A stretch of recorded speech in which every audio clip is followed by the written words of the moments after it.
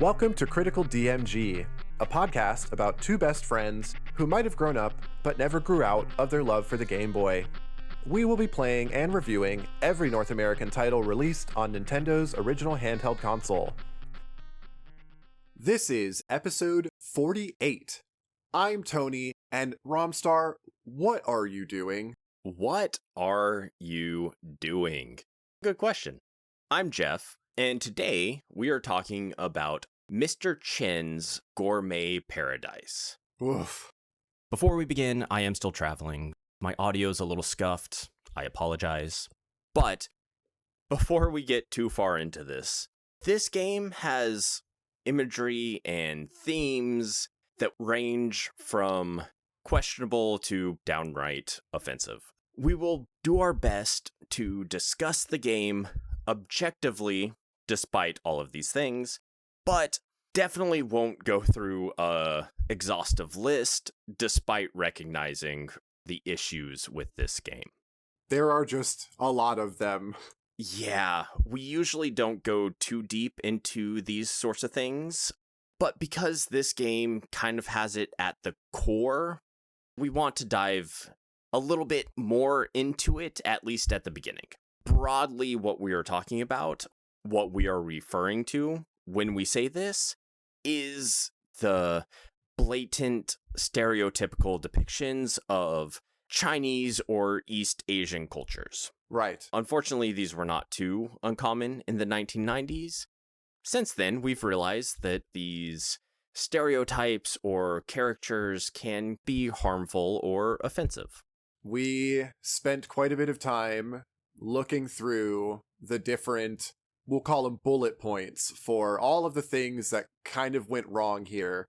And I remember talking to Jeff way prior to this episode to be like, I remember that this game is pretty problematic, but I thought it was very surface level. The cover looks like what it looks like. We will definitely get into that later. But I didn't realize that it went much deeper than that. And boy, howdy, it sure does. So we couldn't label everything here, but like we've done in previous episodes, it has to get called out, and we will continue to talk about it as it comes up, because like Jeff said, unfortunately, it's sort of weaved into the entire game. And so, getting into our immediate opinions, we're kind of reversing this. Sure. I'm giving this a no, and that has nothing to do with any of that, well, not so fun stuff that we were just talking about. I'm giving it a no based on the gameplay and a lot of other stuff that we'll get into. But Tony, what do you give this game? Is it worth the batteries? No. Initial impressions for me are also no. And again, separate from any of the problematic trappings that we'll get into it throughout the show, it's just a no on pretty much just a game level. All right. That kind of somber intro out of the way. Uncharacteristically for the show. Can you give us the back of the box? Sure. Mr. Chin's Gourmet Paradise. In this high-skill action-adventure game from Romstar, Mr. Chin is in hot pursuit of his favorite treat. He has come all the way from China to eat as many luscious gourmet peaches as he can before anyone else discovers how to eat this unique treat. As Mr. Chin, you must pursue the mysterious Momos and zap them into peaches with your demo beam.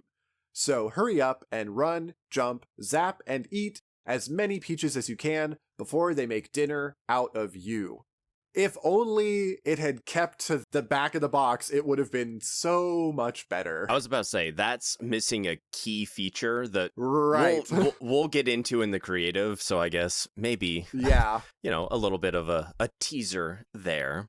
But this game released in October of 1990, so still in the 90s, October, just before holiday season, I suppose. Mm-hmm. Published by Romstar. We've seen them once prior. They did World Bowling, I believe. Yeah, they did World Bowling, and I think after that we won't see them a whole lot. No. I actually think this is the last game we'll see of them. Had to quickly check the master schedule. What a way to go out. Yeah. Aside from that, honestly, I couldn't find a whole lot of background on this game. No. I could find a few reviews and stuff like that, but not a whole lot. Yeah, I don't really have a whole lot else to add either. I looked up Romstar and tried to see if there was anything that made sense as to where this might have come from, or anything else at the time, contemporary opinion on it or anything. And really, most of what I found was just kind of about the game. It existed in its time. Yep. And that's all there really was to say about it back then, I guess. So, no, I don't really have a whole lot to add. All right. With that, I guess let's jump into the mechanics.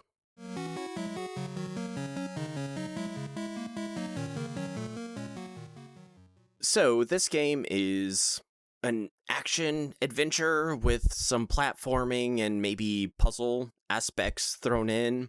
I don't really know what to put as the genre, but It's an arcade game. Arcade game. It probably is the best genre for it. Your goal, turn all the Momos into delicious peaches and eat them all. That's your goal. Yep. And again, we'll get into that later. Controls, your D-pad moves you around. A will jump. B sets your demo beam device. Mm-hmm. And then that's kind of it.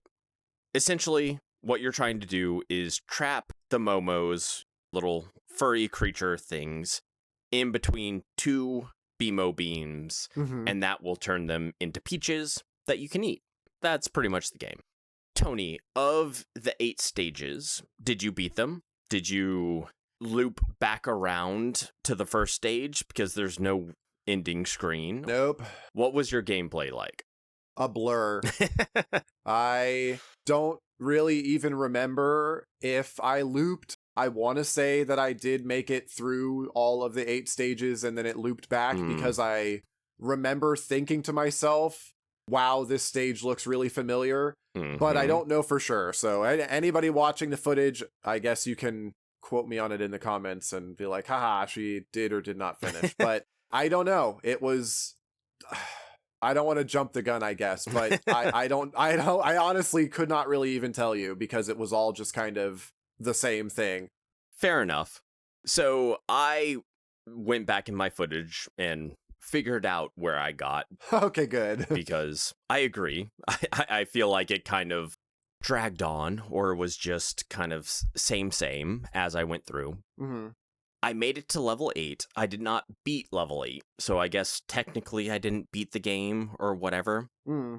My final score was 109,200 kilocalories, or kcals, which I do kind of like that the high score system was in kcals. It's cute. For anyone who doesn't know, a kcal is essentially the calories that you find on the back of a package of anything you read. So there are technically 2 different calories. I'm nerding out right now. I'm sorry. You have to deal with it. But there's essentially a little calorie and a big calorie.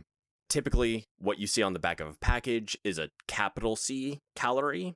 That is also a kcal. So 1,000 little calories. I just really liked that they use that as their, high score metric. That would mean that it's a lot of food that he's eating, or that the food that he's eating is worth a very high amount of calories. Yeah. I didn't see how much each peach was worth, and I didn't see what that would relate to, but yeah, I ate 100,000 calories, which is an insane amount, but... I went back and looked at my footage.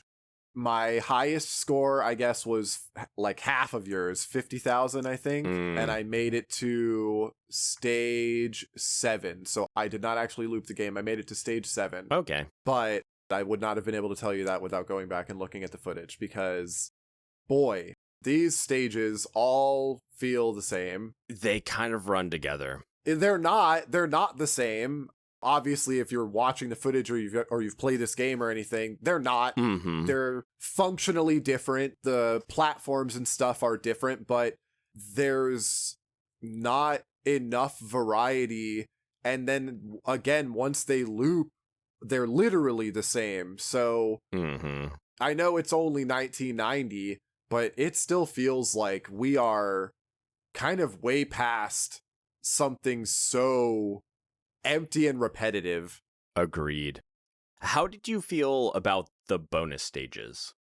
I thought that it was hilarious that if you jumped on top of the letter in the right way, you could position him under where the peaches were spawning from the sky, and he would just like eat them instantaneously and rack up a really high score. Yep. I thought that was actually really charming. I love, you know, kind of glitchy, buggy exploits and stuff like that.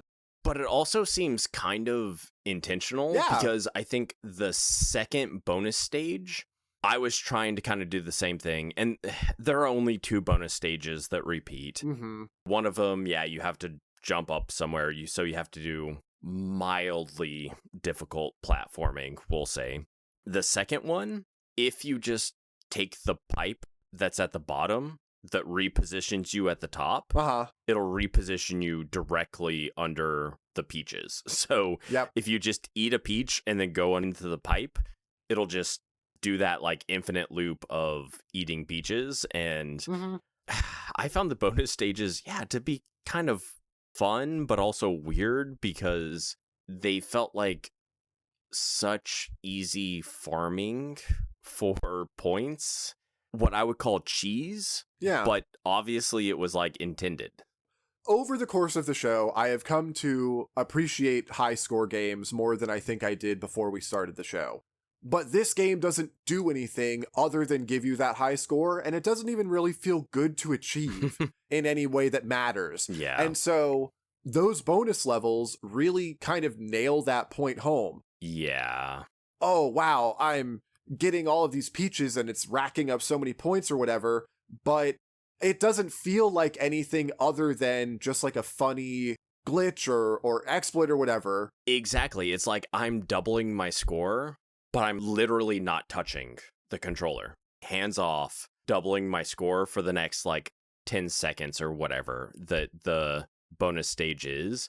No, I agree with you. It is not rewarding per se. Right. You know, you don't get extra lives or anything from points. Exactly.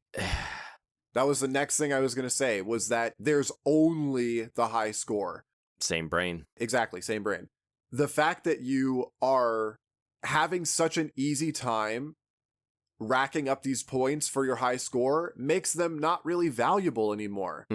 Whereas if you were able to rack up those points and it got you something, an extra life, a power-up that spawned in the next level or something like that, then it would mean at least you were getting something for doing the funny trick that got you all those points.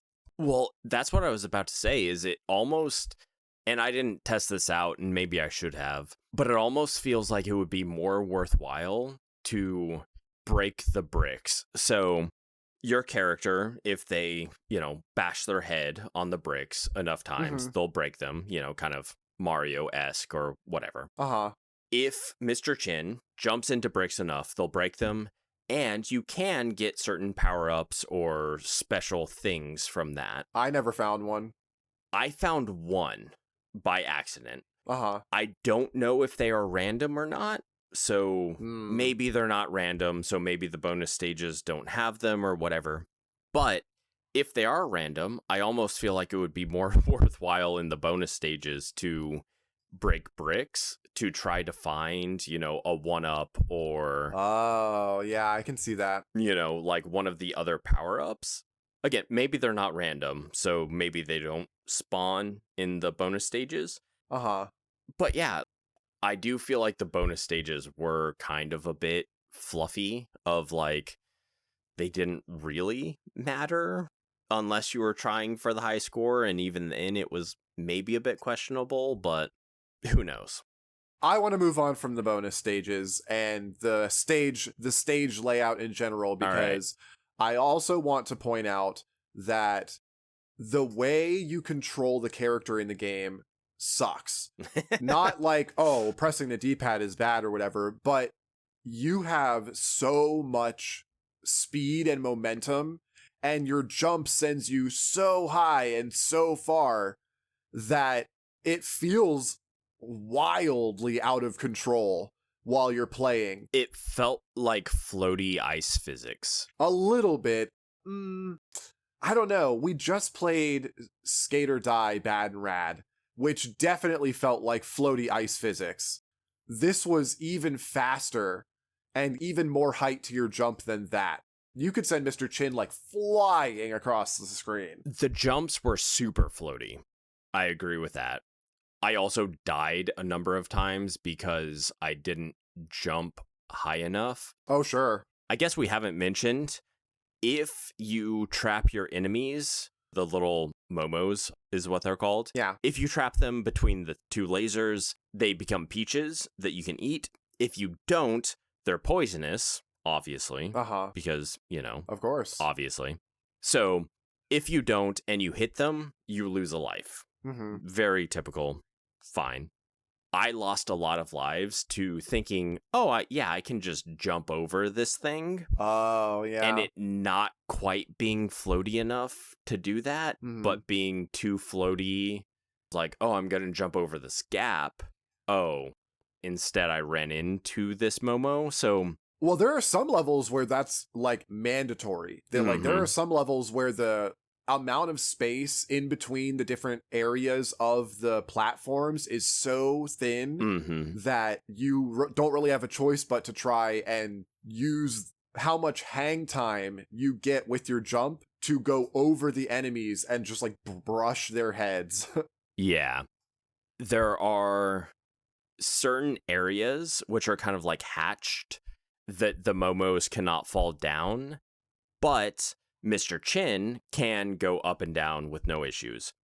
When it is like 2 or 3 blocks wide, that's no problem. When it is 1 block wide or like Mr. Chin's character gap wide, yeah, it becomes a little bit frustrating because the block hitboxes are a little unintuitive. There is a lot of coyote time in this game where you can essentially be fully off the platform you're on and still be within the hitbox. The same thing happens when you're trying to jump up, so that can be a little frustrating. But I do think it's kind of an interesting game element that there are places where you can go up and down that the Momos can't.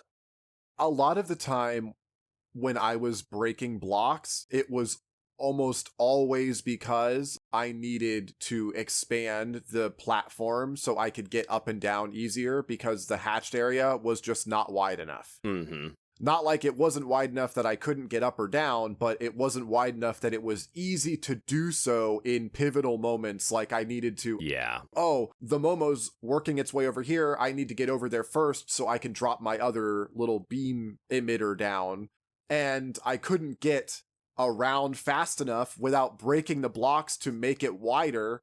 Otherwise, I barely even broke blocks at all. I never really found that mechanic very useful. The levels don't really seem designed for it. No. Like, you don't have to do it to solve a puzzle or, exactly. Oh, the Momos are trapped and you have to break the blocks to let them fall out. Like, there is nothing like that. It just seems like an afterthought. The one time I found the power-up, I was waiting for them to traverse to a point that I could jump up and set the other beam emitter or whatever. And so I was just like randomly breaking blocks below them because I could. and that was the only time I found the power-up. I agree with you. They did not design the game to where that was important at all. The last thing I have in this section is it did kind of annoy me when you broke the blocks, your kcals went up. If it was actually calories like energy expent by a person, eating peaches would make them go up, breaking blocks would make them go down. Sure. But, I'm very happy to say, like, that's just... But that's just a better game. You're designing a better game. Like, that's... Okay, here's my last thing. That's just how humans work. Okay, but hush. Here's my last thing. Because otherwise, I'm working into wrap-up talk. But here's my last thing about the mechanics.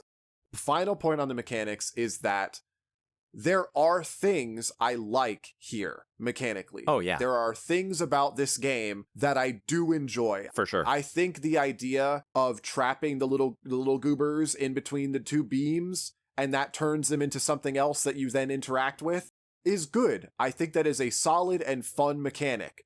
I don't think that it's handled well here, but I like it. I like that it is here. It's just a fun thing to experiment with. So there are other things mechanically that I like in this game.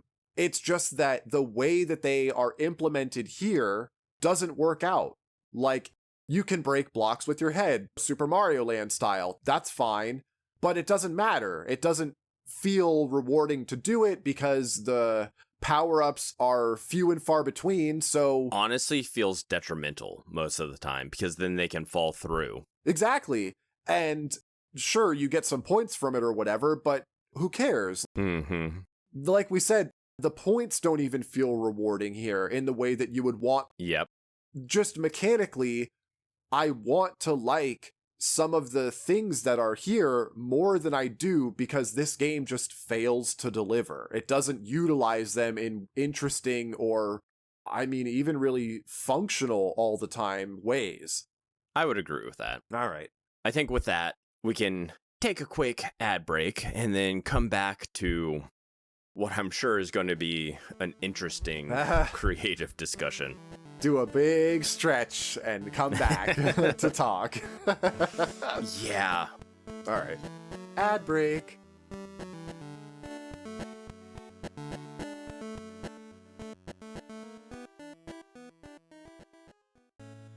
We know that a lot of people listen to podcasts just like ours to relax at bedtime. Here at Critical DMG, we do our best to ensure that the charm and good vibes are provided at maximum strength. You can tune into our show, tune out for the night, and leave us on while you get some sleep. With Critical DMG, the rest is easy.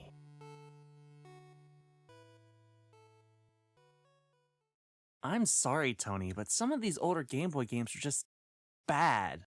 Oh, right. Like, you could do any better? You know what? I probably could. Yeah? Then do it. Make your own Game Boy game. Tony, this isn't the 90s. I am not learning assembly. Not necessary. Just use GB Studio. GB Studio is easy-to-use game-building software that lets you make games for your favorite retro gaming rectangle. With versions available for Windows, Mac, and Linux, it's never been easier to make a game for the Game Boy. And GB Studio's multiple project modes means you can develop for the original DMG, the Super Game Boy, or the Game Boy Color. Using a drag-and-drop style of visual scripting means you don't even need any prior programming knowledge to get started. And the best part is, your work can be built and exported as a fully playable Game Boy ROM, ready for any emulator or flash cart you choose. Learn more or download GB Studio for yourself at www.gbstudio.dev.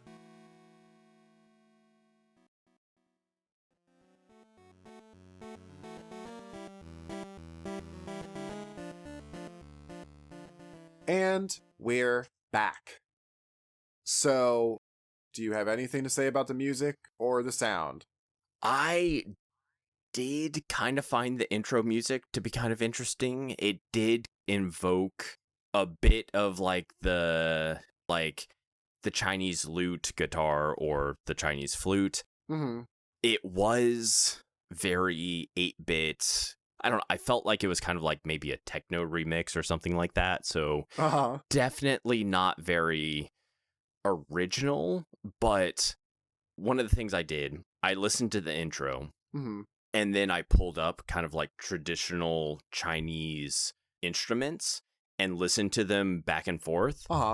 And the intro didn't hit anything quite on the nose. but it kind of gave the same vibe, which I appreciated. Sure. I kind of liked it, but I also don't know how good it was, if that makes sense. Yeah, I thought it was fine. Mm-hmm. It's cute, catchy. A lot of the songs in here are very arcadey, Yeah. very like punchy, and they use kind of, I guess you could say, like wacky sounds. You know, there's a lot of like Yeah. harsher noises and things in there. Mm-hmm. Some of it can be really grating to listen to, like really harsh on the ears. I would agree with that. It's not like super good or super bad. When it came on, I was like, that sounds like something. What is that? And I was like trying to find what that was, because I did feel like it invoked a little bit of classic music, which I guess that's what they were trying to do. So I feel like I would have probably thought less of it if I wasn't actively trying to be like, what was that trying to call back to? What was that trying to imitate? Sure. I could definitely see the more blasé, not to put words in your mouth, but, you know, maybe the more blasé take on it. But I did find it personally kind of interesting, specifically the title music. The rest of it, I agree, I think was maybe blander. Yeah, I mean, that's nice, though, because usually you have very little to say about the music and things like that. That is true. That's yeah. a nice turn. Interesting to continue the sort of flip-flopping of how things went for this episode. Unfortunately, music aside, I think the sound effects are awful. Horrendous to listen to. The like beam sound that your demo beam makes when it connects. Yeah. No matter what length of beam you make, like how close you get the things together, it makes the same sound for the same length of time, and it is ear piercing. Yeah. Not good. That's all I have to say about that. Is maybe on point for some random machine that is supposed to transmogrify little fuzzy things into peaches, but still just not good. Yeah, and it just goes on for so long. Yeah. Okay, that's the lighter portion of the aesthetic section out of the way. Let's get into the meat of things here. So, a lot of things aside, one of the things I really just questioned as I was going through this game, the whole story of this game, which the back of the box didn't mention. Nope. And that's kind of what we were alluding to earlier. Is the manual makes it very clear Mr. Chin is hunting illegally. Yes. He is poaching Momos to turn them into peaches. Yes. It is illegal. It's illegal hunting. They're endangered. Yes. There are only 8 known nests of Momos. And strangely, there are 8 levels that you're going through to kill and eat all of the... Like, I just can't fathom why this is the storyline that they took. It makes things so much worse. That's what I meant when I was talking about how I thought that things here were just kind of surface level bad.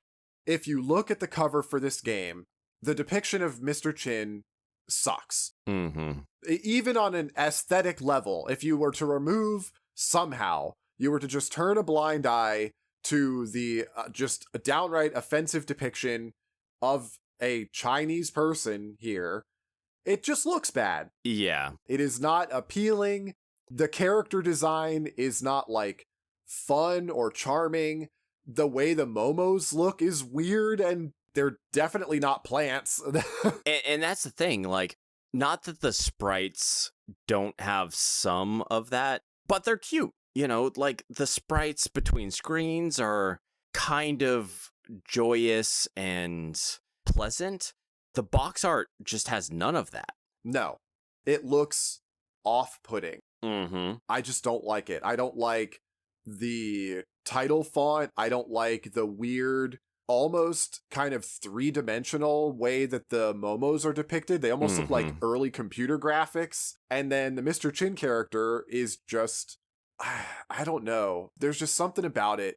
It's almost like Uncanny Valley, I feel. Right. Yes, exactly. Whereas the sprite in the game is just this kind of like very chubby, round-cheeked little guy. Which you would expect from someone who, like, is a gourmet or a foodie who, like, likes to eat food. Yes. You know, you would expect kind of like this happy-go-lucky kind of chubby dude. It's just like a weird disconnect, in my opinion. There are so many layers here of things that went wrong. And the game could have been about anything. The tie to food, the tie to this like weird technology, or these little goobers that you're dealing with. Like, none of it is cohesive. It could have been anything. Agreed. You could have been an alien. That would have made a lot more sense. Well, and the thing that kind of throws me for a loop is, okay, the whole story is if you eat a Momo that has not been transformed into a peach, it's poisonous. Right. Fair. Okay. I'm happy enough with that. Uh-huh. The Momos being, like, endangered, no, that's not necessary.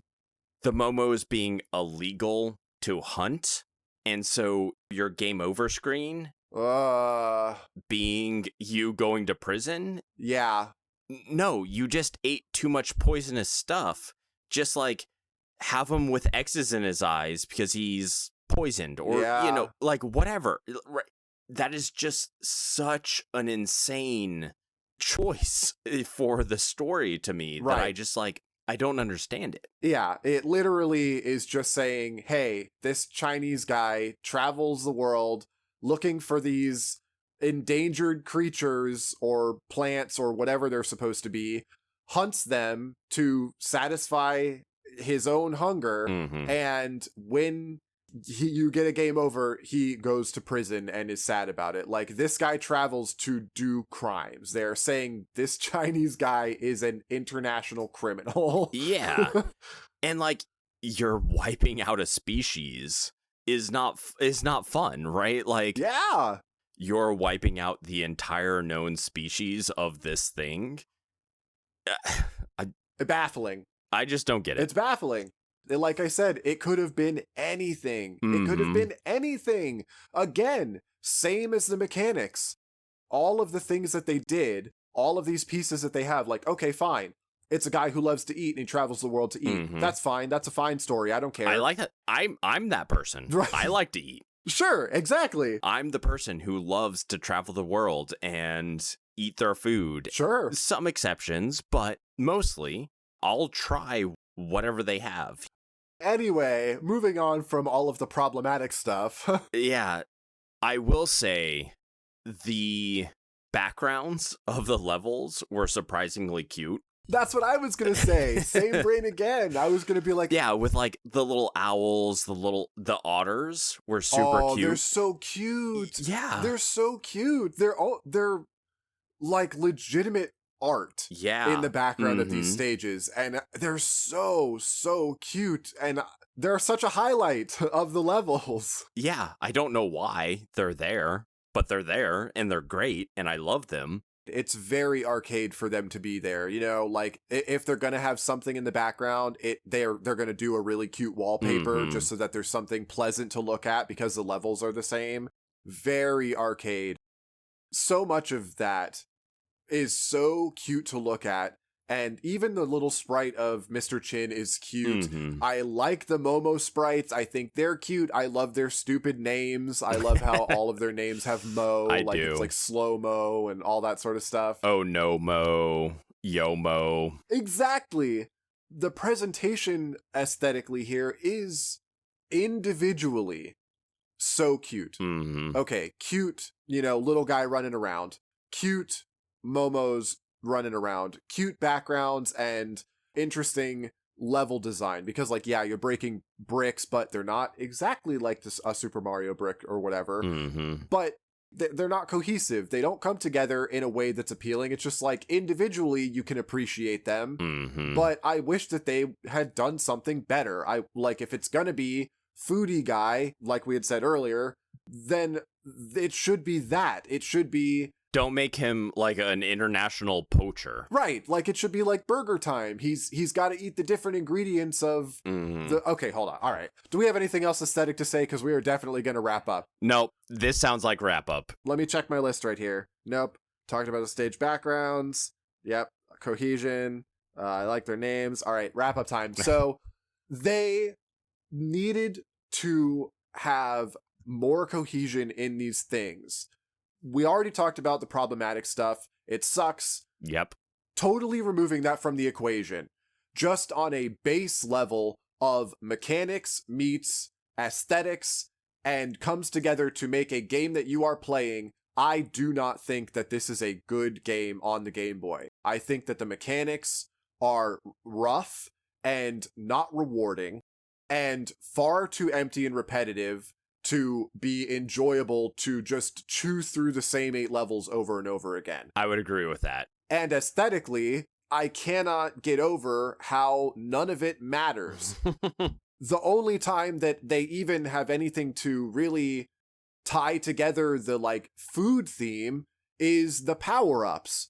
Yeah, sure, you're eating the peaches or whatever, but the power-ups that you can supposedly find, I never did, but Jeff says that he did, so I'll believe him. Those things are usually food, but you don't find them enough, and it doesn't really matter. So none of it comes together in a way that's appealing, and when you mix that with this really lackluster and kind of frustrating arcade experience, there's no way that I could recommend this. And just to be clear, even if I did think that the game had merit, mechanically or whatever, I wouldn't recommend it just because I think that this sucks as a baseline offensive package. It's not anything that I want to engage with. So the total pass, not worth the batteries for me. So I was going through a little bit of a crisis. We have told you before, we don't spoil a lot of things. We don't check the list very often. Exactly. So Tony had an idea about this game and kind of like questions about its political correctness or whatever, we'll say. I had played it before. Exactly. Before this episode. I had played it previously. So it was on kind of our radar. And going into it, we knew maybe a little bit of what to expect. Not everything, but a little bit. The cover screams it to you. The cover does scream it. I didn't look at the cover, so I didn't know. Sure. I played level 1, and I was like, oh man, this game's actually kind of fun. Played level 2, and I was like, oh. This is it. Okay. Played level 3, and I was like, oh, this is all just the same over and over and over. I think that's where my recommendation comes from, is that, despite everything else, like everything we've said, the gameplay is just very repetitive. I would say it is honestly fun for 1, 2, maybe 3 levels. But then level 4, 5, 6, 7, 8, they're just repetitive and... They don't introduce anything new. Exactly. They don't shake up their own formula. That's exactly what I was about to say, is they don't give you anything new as far as gameplay is concerned. That combined with everything else, I'm just a no on this. It's not worth the batteries. I have to say, before we move on, that when I played the game, I agree with you. Like we had already said, there are mechanical things that I do like, that are interesting and just not handled or executed well. And it made me think, like, I almost want to make a better version of this. Like, take these things here and use them in a better way. Because I do think that the mechanic of putting the two little, they kind of look like upside down ramen bowls. Yeah. Like, you put them down and it makes the beam, and then it, zaps your little goobers into peaches, and then you go clean them up and you eat them. And then more guys spawn. Like, that's not a bad loop for an arcade style game where that's what you're doing, but it's handled so poorly here that it honestly kind of made me think like I could do this better. So I don't know, maybe I'll kick that around at some point, because yeah, they do not do anything with it in a way that would matter to anybody. So Yep. Anywho, that makes it quiz time. I was about to say, with that, I think it's quiz time. Yeah, we are so on the same wavelength for this one.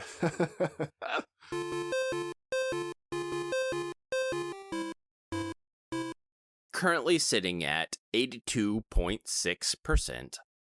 I'm, again, a little concerned where Tony may have pulled questions from, because I could not find a lot about this, but we'll see. You've got to do good on the quiz because the game was bad. That's the rule. Oof.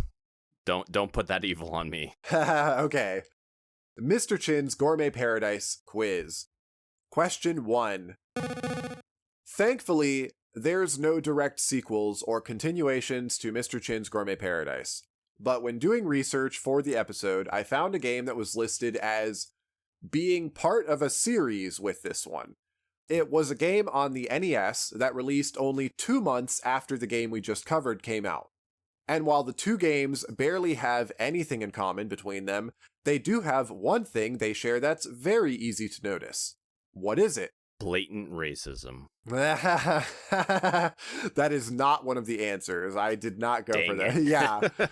A, they're both about eating food. B, they're both arcade platformers. C, the protagonist of both is Mr. Chin. D, I'm lying and there's actually no sequel game. Oh. All of these are so possible. Like, I would never lie to you, Jeff. I know. Oh, but it being... Are you sure it's not Mr. Chin and also an action platformer? I promise you that there is no overlap. And that also you were on the right track, even though what you guessed originally is not one of the answers. My initial thought was it was about food. And when you read all of them, I was like, it's about food. However, B and C also sounded very true. But I'm going to say it's about food because that was my gut feeling at the beginning. No, it's C. Dang it. Mr. Chin's in both of these. Silly Mr. Chin. In December of 1990, the NES game Thunder and Lightning came out. Unlike Mr. Chin's Gourmet Paradise, Thunder and Lightning was a brick-breaking game with enemies and power-ups taking place in a mystical realm that Mr. Chin gets trapped in by a character called the Thunder Warrior. Obviously. The Mr. Chin character looks basically the same, just with color, and is canonically still the same food-loving guy from this game, only here, he's being forced to escape the 30 walls of regret. Oh. Well, at least he's following his passion, I guess. Yep. Anyway, question 2. Unlike many of the games we've had so far, this week's title was a wholly US endeavor, as far as research could turn up anyway. Most of the time, we get games that start in Japan and then work their way here, and we haven't really started to hit any kind of trend for US-based Game Boy titles yet.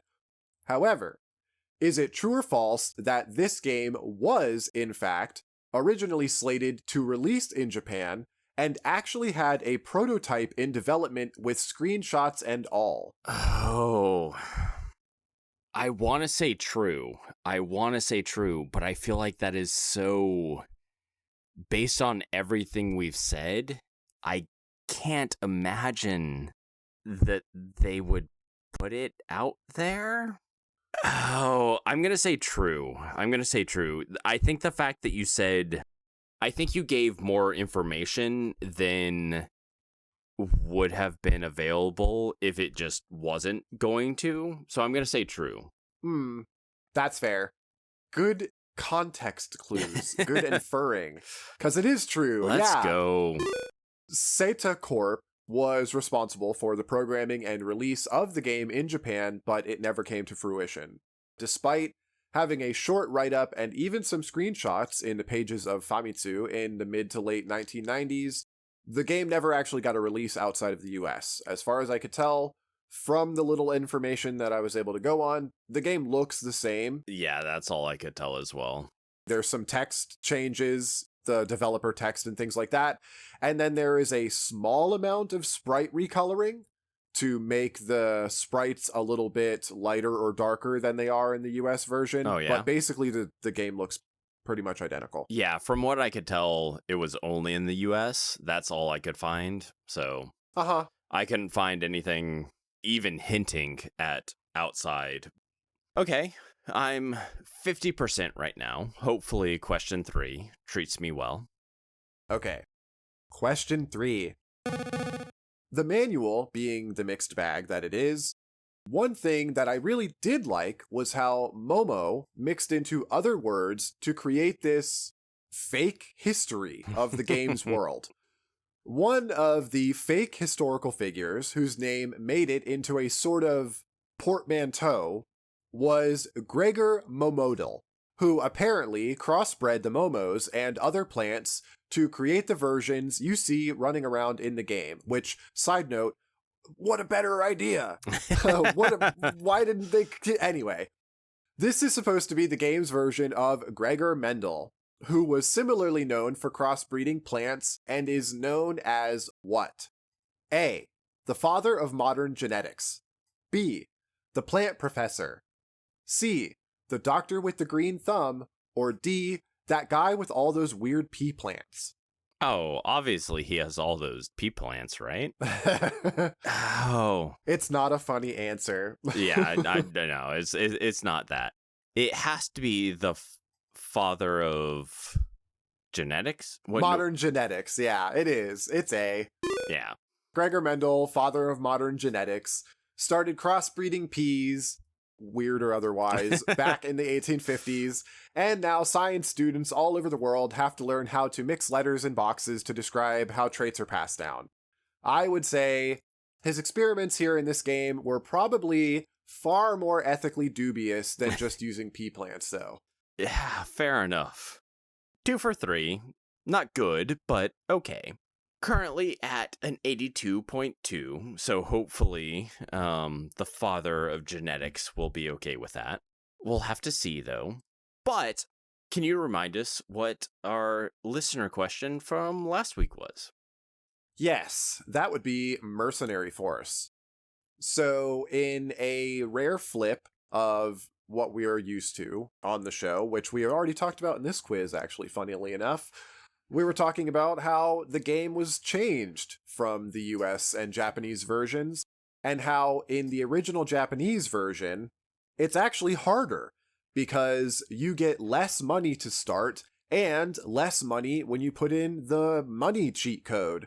So in the US version, the cheat code gives you 50,000 yen to start the game with. I wanted to know how much you get in the Japanese version. Jeff, do you have a guess? I think I remember seeing 2,000. So you start with 2,500, so it's not that. Okay. So how much higher than 2,500 do you think they gave you? 5,000. No, they gave you 10,000. Oh, okay. Fair enough. They gave you a full fifth of what the US players got. It makes a big difference, I will say. Oh, yeah. The money that you can get makes a huge difference. And using the cheat, just in case anyone does go back and play Mercenary Force, because Jeff and I both wholeheartedly recommended that awesome game. Very good. The cheat code does lock you out of getting the good endings. Mm-hmm. You know, because you cheated. So if you're trying for one of those and you're not just trying to beat the game, that does matter. But yeah, 50,000 is a whopping amount. Like, I actually put the code in and played for a little while just to see. You would never run out of money. Oh, yeah. With that much starting money. There's unless you just literally ran out of units in every single level and had to replace them every time. I can't imagine running out of 50,000. So, play the US version, I guess, if you're gonna play that and cheat. What's the listener question for this week? Listener question for Mr. Chin's Gourmet Paradise. The whole reason for Mr. Chin's journey to the US of A is to get himself some of the finest peaches in the land. Usually, one might think of Georgia as the state to go for peaches, not Pennsylvania, where he actually ends up. But the truth is that Georgia is farther down the list of states that make their money from peaches than you might think. Instead, which state in the US does grow and sell the most peaches? Jeff. I don't know. I know where my favorite peaches come from, but I don't know if they are, the top of the list. So I won't say anything, but we'll see next week if my hometown / home state can take the top of the list on this one. I don't know. It is a massive difference in production, I will say. Interesting.